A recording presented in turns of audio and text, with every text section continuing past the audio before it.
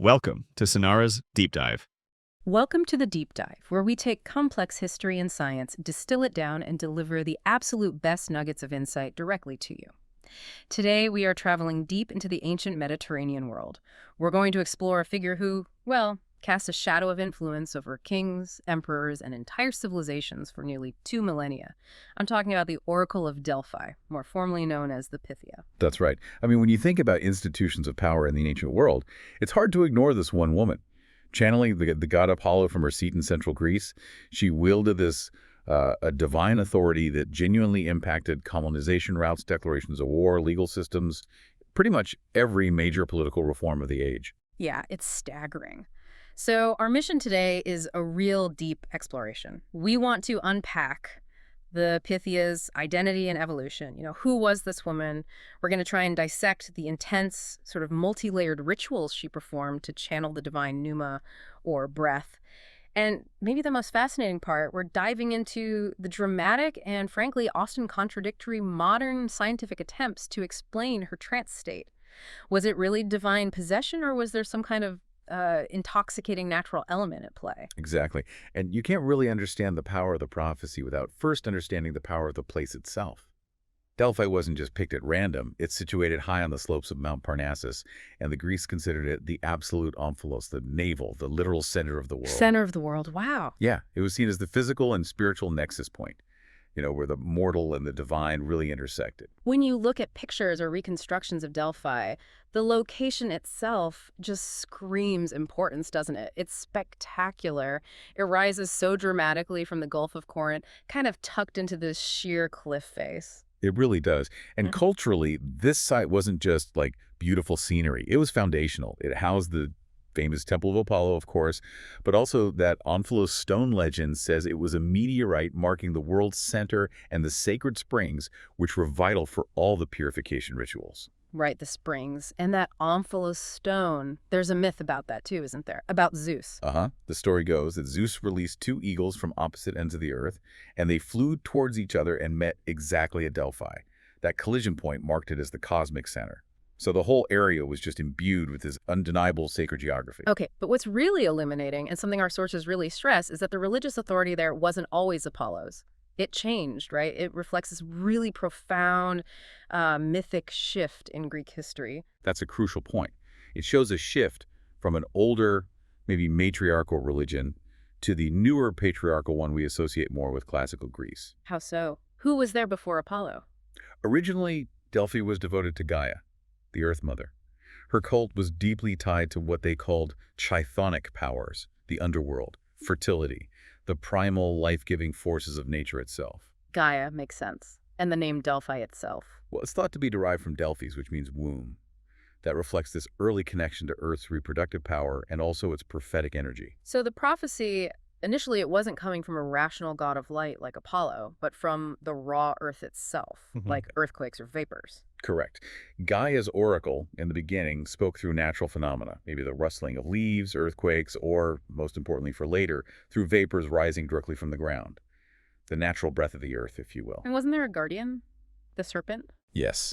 Her terrifying son, the great serpent Python, sometimes called Delphine, he guarded this ancient sanctuary. Python symbolized the untamed primordial chaos of nature. And the site itself, before it was Delphi, was actually called Python. Python, okay. So how does Apollo, the god of rational order, music, light, how does he end up taking over from this ancient earthy serpentine power? That seems like a huge cultural clash. It's the central narrative of Delphi.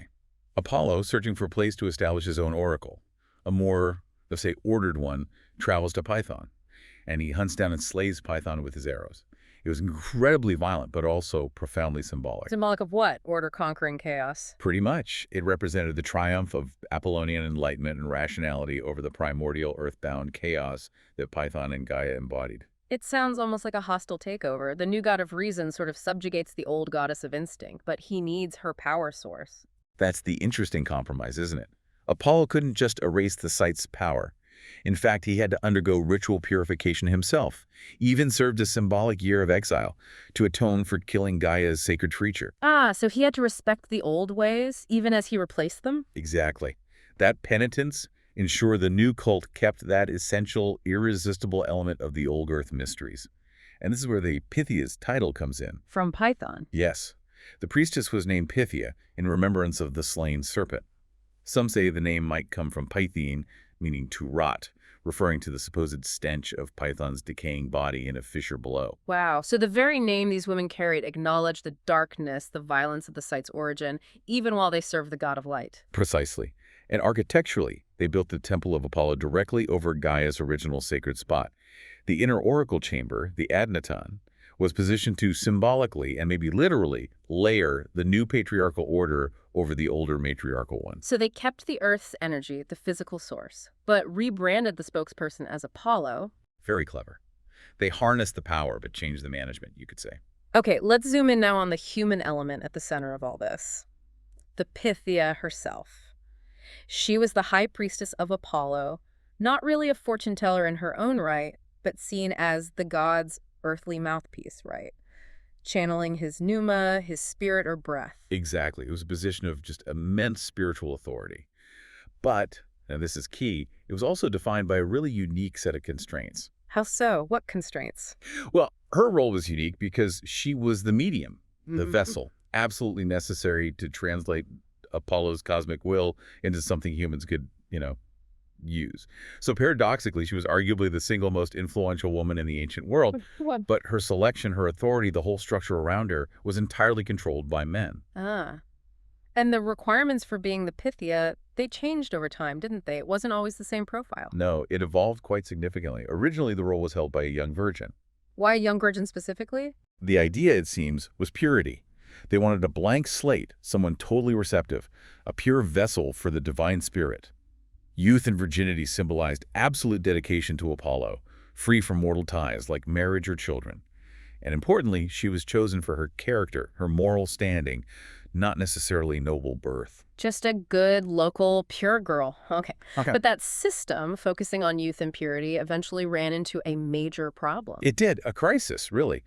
The sources, particularly Diodorus Siculus, mention a specific catastrophic incident, a man named Ecrates the Thessalian. What happened? He visited the oracle, saw the young Pythia, became infatuated with her beauty, and then abducted and violated her. Oh, wow. That must have been a massive sacrilege. Unspeakable. It was a profound social and religious crisis. It threatened the very integrity, the future of the oracle itself. How could the vessel be pure if she wasn't safe? So the violation forced a rethink. They had to prioritize safety, institutional stability, maybe over the symbolism of youth. Precisely. After the Echecrates incident, the priesthood made a dramatic change. They decreed that the role should transition to older, more mature women. How old? Typically 50 or older, respected female citizens of Delphi. Crucially, they still had to be morally upright, but the pool widened. Women from any social class, not just the elite, could potentially serve. So an older woman was maybe seen as less vulnerable, protecting the institution. Yeah. But did they still have to maintain that idea of purity? Yes, and that's the really poignant paradox here.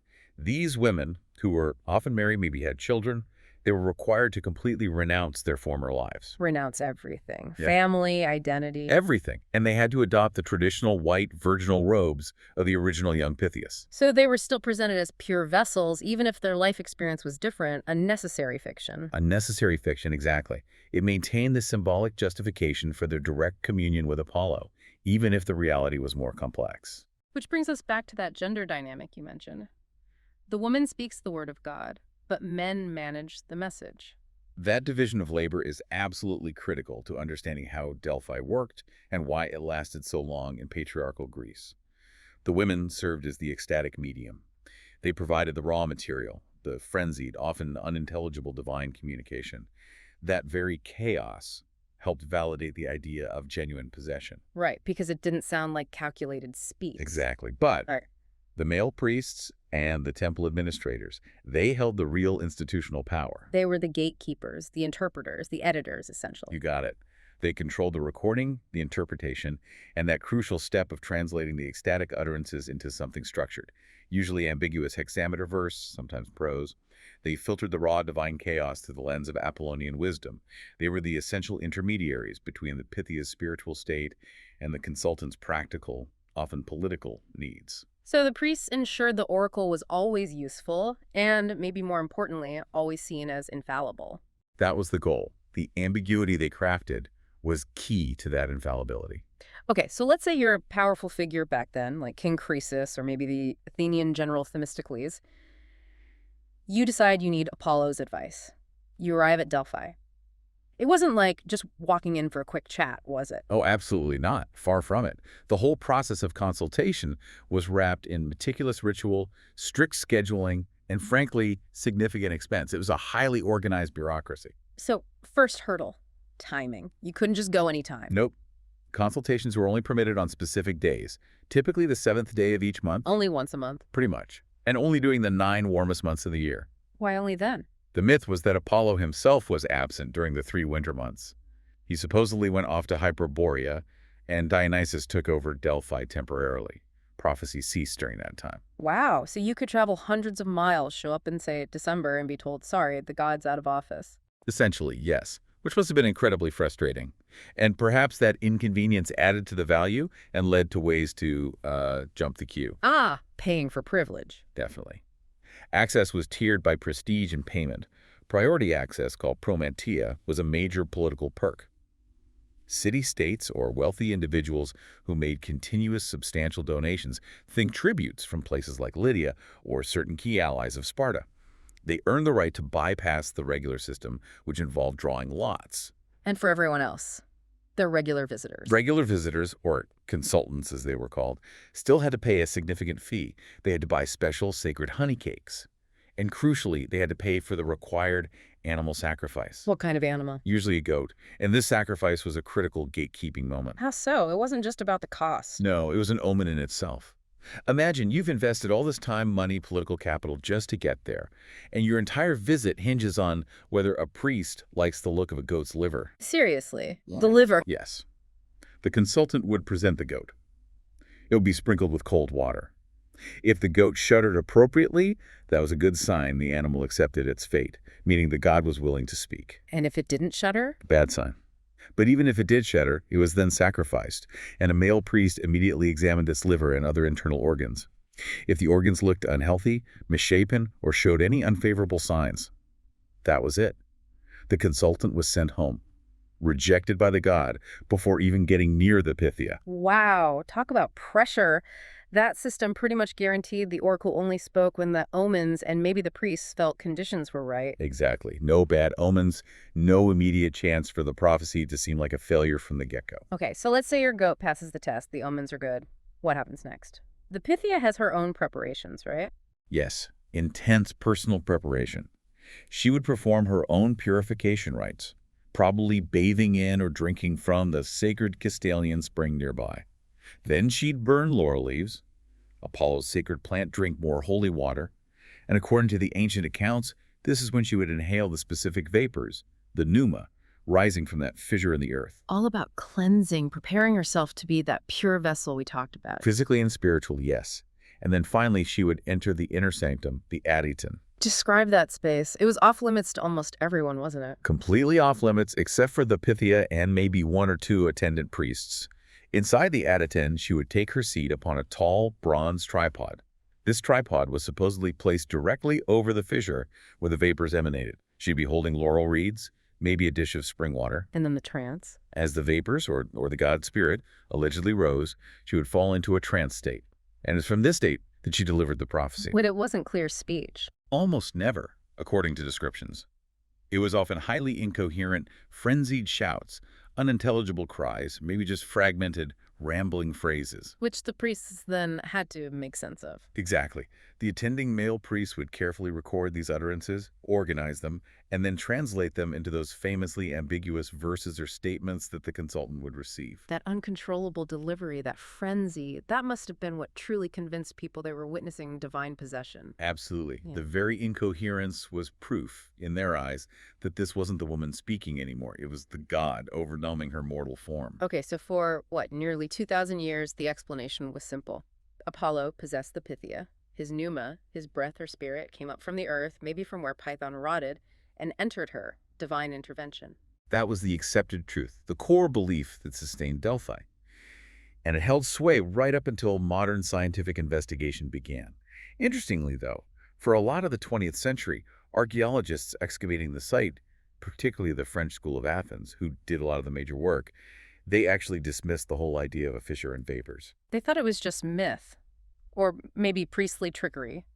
Pretty much. Yeah. They couldn't find clear geological evidence of a major chasm or active venting right under the temple, as described in some texts, so they concluded it was likely pious fiction or deliberate fraud to enhance the mystery. Okay, so the scientists were skeptical, but Right. then the Earth itself kind of threw a curveball, didn't it?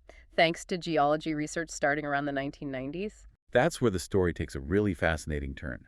Geologists, hydrogeologists, people looking at the actual rock structure and water systems, they started surveying the region in more detail. And they found concrete evidence that, well, challenged that earlier archaeological skepticism.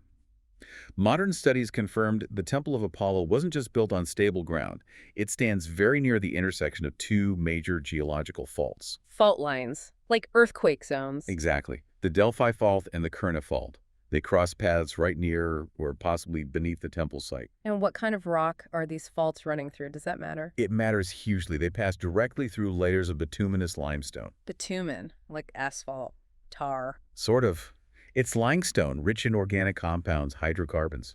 And this geological setup suddenly provided a plausible scientific mechanism for the ancient myth. How? What's the theory? The theory goes like this. Friction from tectonic movements along these faults, maybe triggered by earthquakes, which are common in the area, could heat the rock. Combine that heat with groundwater interacting with the bitumen, and you could theoretically vaporize some of those hydrocarbons, causing the release of gases. Gases rising up through fissures created by the fault. Precisely. Potentially including light hydrocarbon gases like ethylene and methane.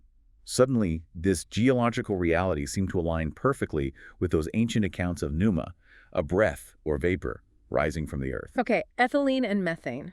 Why did the focus land so heavily on ethylene? Because we know what ethylene does to the human brain, and it seemed to fit the descriptions of the Pythia state remarkably well. How so? Well, ethylene was actually used as an anesthetic in the early 20th century. Granted, they used very high concentrations like 70–80% mixed with oxygen. But studies suggested that even at much lower concentrations, maybe less than 20%, ethylene can induce effects like euphoria, delirium, involuntary muscle movements, a sort of dreamlike state, altered mental perception. That sounds remarkably similar to the descriptions of the Pythia in her trance. The frenzy, the incoherent speech. Eerily similar. Plus, Plutarch, who remember was actually a priest at Delphi for years, he even mentioned a Swedish smell associated with the pneuma in the Adyton. And ethylene has a Swedish smell. It does. So, for a time, it felt like, wow, we've cracked it. A perfect, satisfying scientific explanation. The Pythia wasn't divinely possessed. She was simply experiencing an altered state induced by a naturally occurring psychoactive gas seeping from the earth. The divine breath was literally natural gas. That hypothesis really captured the popular imagination. It seemed to neatly reduce this 2-millennia-old mystery to a simple chemical reaction. Mystery solved, right? I sense a butt coming. Big but. You take a really deep dive, the subsequent, more detailed interdisciplinary analysis looking closely at geology, chemistry, physics, and the texts, it pretty much dismantles that initial neat hypothesis. Okay, so the neat story isn't the whole story. Let's unpack the counter-arguments. Why is the ethylene theory now seen as shaky? Well, the current scientific consensus leans towards calling the ethylene intoxication hypothesis implausible, or at least highly problematic. The first major issue is concentration. Not enough gas. Basically, yes. Modern gas assays testing the water from the nearby Parnassus Spring and analyzing the air near the fault lines today show that ethylene concentrations are absolutely negligible. We're talking levels like 0.3 nanomoles per liter. That sounds tiny. Put that in perspective for us. It's less ethylene than you'd likely inhale walking through an average underground parking garage from car exhaust, or what a gardener might be exposed to from naturally ripening fruit, or maybe a leaky old lawnmower. It's simply nowhere near enough to cause any significant physiological effect, let alone the powerful trance state described in the ancient sources. Could the concentrations have been much higher back then? That's the argument proponents make, that seismic activity might have released larger bursts or concentrations were generally higher. But it's pure speculation. There's no solid geological evidence to suggest concentrations were ever orders of magnitude higher than they are today, high enough to induce intoxication. Okay, concentration is one problem. What else? You mentioned physics. Ah, yes, the flammability problem. This is a really big one that the initial popular theory tended to gloss over. Well, ethylene burns. Extremely flammable. Yeah. Even at the lower end of concentrations thought to potentially cause intoxication, say maybe 5% in the air, though probably higher is needed. Ethylene forms an explosive mixture with air. Its lower flammability limit, LFL, is around 2.3% to 3%. Okay, so think about the setting. The Pythia is in a small, enclosed stone chamber, the Adyton. There are ritual fires, candles, oil lamps constantly burning for light and ritual purposes, all supposedly right over the fissure, releasing this gas. Exactly. If the ethylene concentrations were high enough to get the Pythia intoxicated, that inner chamber should have been an incredibly dangerous place, a literal ticking time bomb. We should have historical records of the Temple of Apollo, blowing up periodically. Or major fires breaking out in the holiest part. You'd think so. The fire hazard would have been constant and severe. Yet the ancient historical records, which are pretty meticulous about important events, disasters, fires at major sanctuaries, they contain absolutely no mention of the Adyton at Delphi ever being incinerated by a gas explosion caused by the divine pneuma. That silence is pretty damning for the high concentration gas theory. It really is. It acts as a very powerful practical rebuttal. The physics just don't seem to work without constant catastrophe. So, low current concentrations and the fire hazard issue. Any other problems with the intoxication theory? Well, there's also the fact that the ancient texts themselves are actually quite contradictory about the fissure, the water, the nature of the pneuma. It wasn't one single consistent description. And finally, some critics, like Foster and LaHoo in their more recent analyses, argue the whole thing relied on a kind of a logical fallacy. What fallacy? Basically, that like effects imply like causes. The argument structure was sort of, ethylene can cause trance-like symptoms. The Pythia showed trance-like symptoms. Therefore, ethylene must have caused the Pythia symptoms. But other things can cause trance-like states too. Exactly. They point out that numerous other factors, intense ritual expectation, fasting, sensory deprivation or overload in the Adyton, psychological suggestion, hyperventilation, powerful belief systems, maybe even alkaloids from chewing those laurel leaves, could potentially produce similar altered states of consciousness without any need for intoxicating gas. So the enthusiasm for the ethylene explanation might have been driven more by a modern desire to find a simple physical cause to explain away the divine aspect. That seems very likely.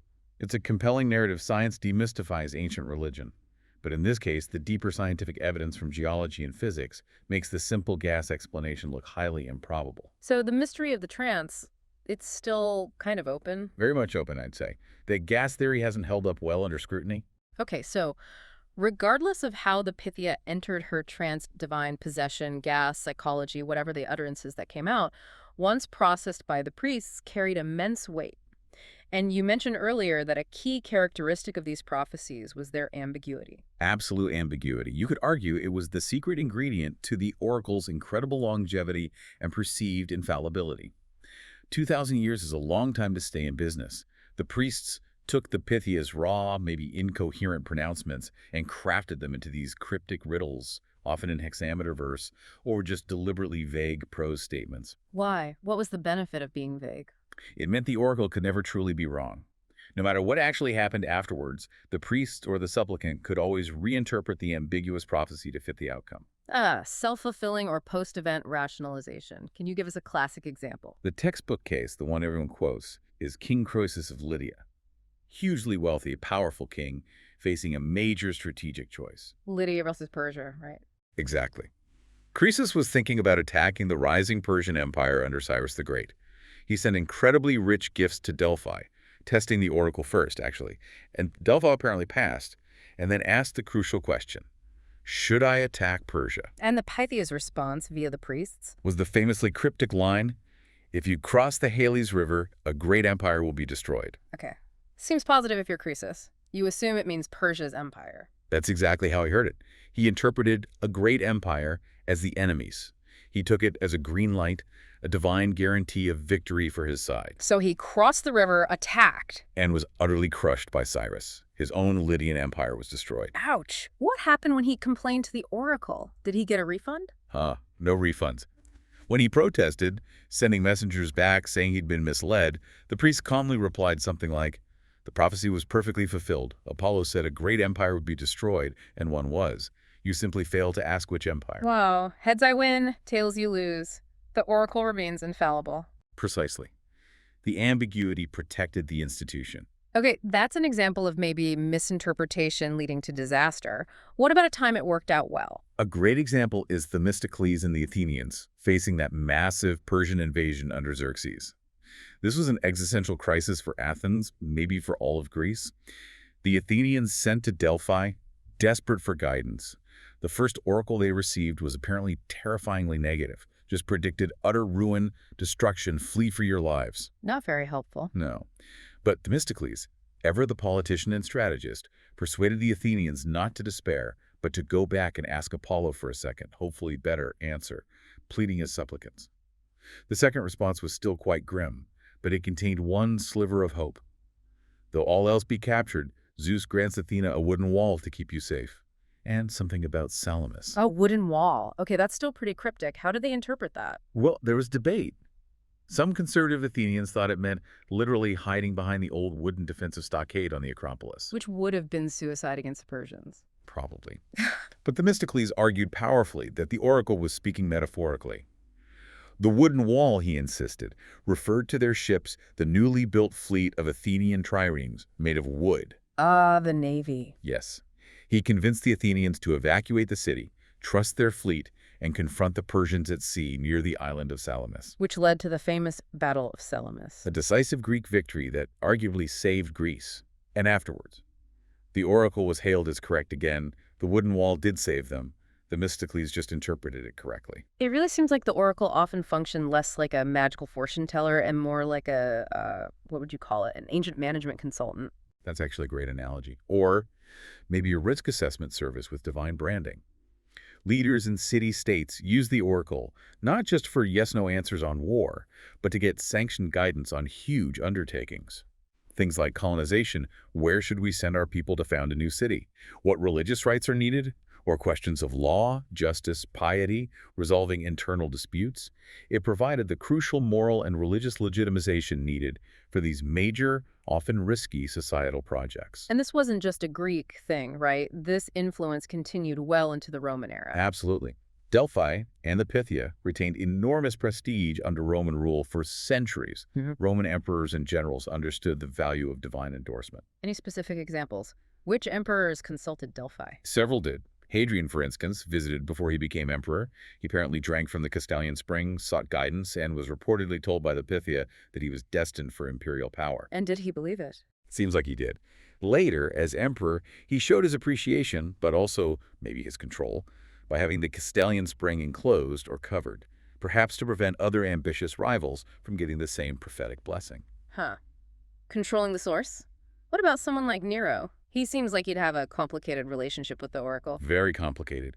Nero visited Delphi, too. Sources suggest he was sometimes hostile, maybe even tried to bribe or intimidate the priests, but he still seemed to crave its validation. According to one story, when Nero demanded a prophecy about his future, the Pythia cryptically told him to beware the 73rd year. Okay. How did Nero take that? Nero, apparently being quite literal and maybe arrogant, assumed it meant he was safe until he himself reached the age of 73. He felt reassured. Another ambiguity trick. Almost certainly. The 73rd year wasn't about Nero's age. It turned out to be a reference to Servius Sulpicius Galba, the elderly general who rose up against Nero and briefly became emperor at the age of 73. Galba played a key role in Nero's downfall and death.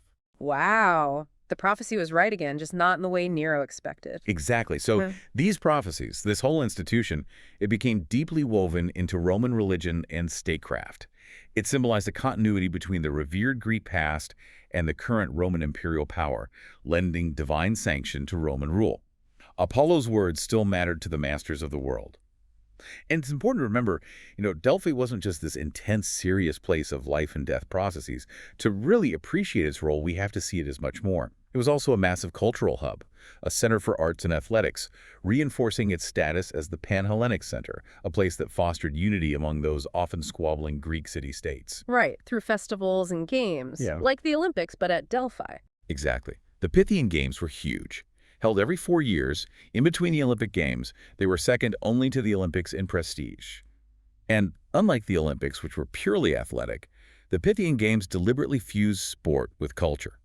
Yes, there were athletic contests like running and chariot racing, but there were also major competitions in music, playing the kithara or the aulos, and in poetry and performance. Celebrating Apollo's domains, music, and poetry. And the prize wasn't olive wreaths. No, fittingly, the victors at the Pythian Games received wreaths made of laurel leaves plucked from Apollo's sacred tree in the Vale of Tempe. A very symbolic prize. Were there other major festivals besides the games? Oh yes. There were important religious festivals that reenacted the core myths we talked about earlier, keeping that founding narrative alive generation after generation. There was a septeria, which ritually reenacted the whole story. Apollo's arrival, his slaying of Python, his necessary purification and symbolic exile, and then his triumphant return to claim Delphi. It was a yearly reminder of that violent but foundational transition. Reaffirming the site's origin story. Exactly. And then there was the Theophania, which celebrated Apollo's annual return from his mythical winter trip to the land of the Hyperboreans. This happened every spring, marking the time when prophecy resumed. His image might have been publicly displayed then. So this was clearly a vibrant, continuously active center for centuries upon centuries, but like all things, it eventually declined. Even Apollo's endorsement couldn't last forever. No.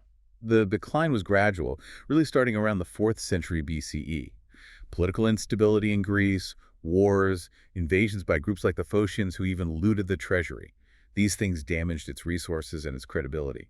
Prophecies maybe became less relevant or perceived as less accurate or too politically influenced. But what was the final nail in the coffin? When did the oracle fall silent for good? The very last recorded oracle, the last official pronouncement we know of, was given sometime around 393 AD. But the formal institutional end came just before that, in 392 CE. That's when the Roman Emperor Theodosius issued his decrees. Theodosius. He was the one who made Christianity the official religion of the empire. That's him. And as part of consolidating Christian authority, he prohibited all pagan cults and worship throughout the Roman Empire. That edict explicitly included shutting down Apollo's worship at Delphi, banning the Pythian Games, and effectively closing the sanctuary. The priests were dispersed, the rituals stopped. Wow. The end of an era spanning nearly 2 millennia. And isn't there a bit of historical irony there, linking the oracle's downfall back to one of its own earlier political interventions? There is, yeah, a rather grim irony. Go back about 90 years before Theodosius to around 302 CE. The Emperor Diocletian was in power. Diocletian consulted the oracle, and according to some Christian sources like Lactantius, the oracle reportedly warned him that the righteousness of Christians was undermining the traditional gods and weakening the Roman state. So the oracle basically advised Diocletian to crack down on Christians. That's how it's portrayed. And this advice is said to have been a major factor prompting Diocletian's infamous Great Persecution, the most severe empire-wide persecution of Christians. So fast forward 90 years. Christianity is now in power under Theodosius. And Delphi, the very sanctuary whose oracle had arguably instigated that terrible persecution, becomes a primary target for suppression and closure by the newly empowered Christian authorities. A final, unintended prophecy that came true for the oracle itself, you could say. A very pointed end. But even though the temple crumbled, the priests vanished, and the Pythia fell silent, the ideas, the philosophy associated with Delphi didn't entirely disappear, did they? No, not at all. Some core elements persisted, most famously the ethical maxims that were supposedly inscribed on the walls of Apollo's temple. The Delphic maxims. Yes, they survived the destruction of the cult. The two most famous ones remain incredibly potent ethical guides even today. No. Know thyself, not the certain, and nothing in excess, meeting again. Know thyself, nothing in excess, simple but profound. Exactly. They form this powerful, almost minimalist moral framework that has continued to influence Western philosophy, ethics, and spiritual thought right up to the present day. And the idea of the oracle, that structured way of seeking guidance, does that echo anywhere today? It does, in a few different ways. You see symbolic, sometimes quite earnest, revivals among modern neo-Hellenic or neo-pagan groups.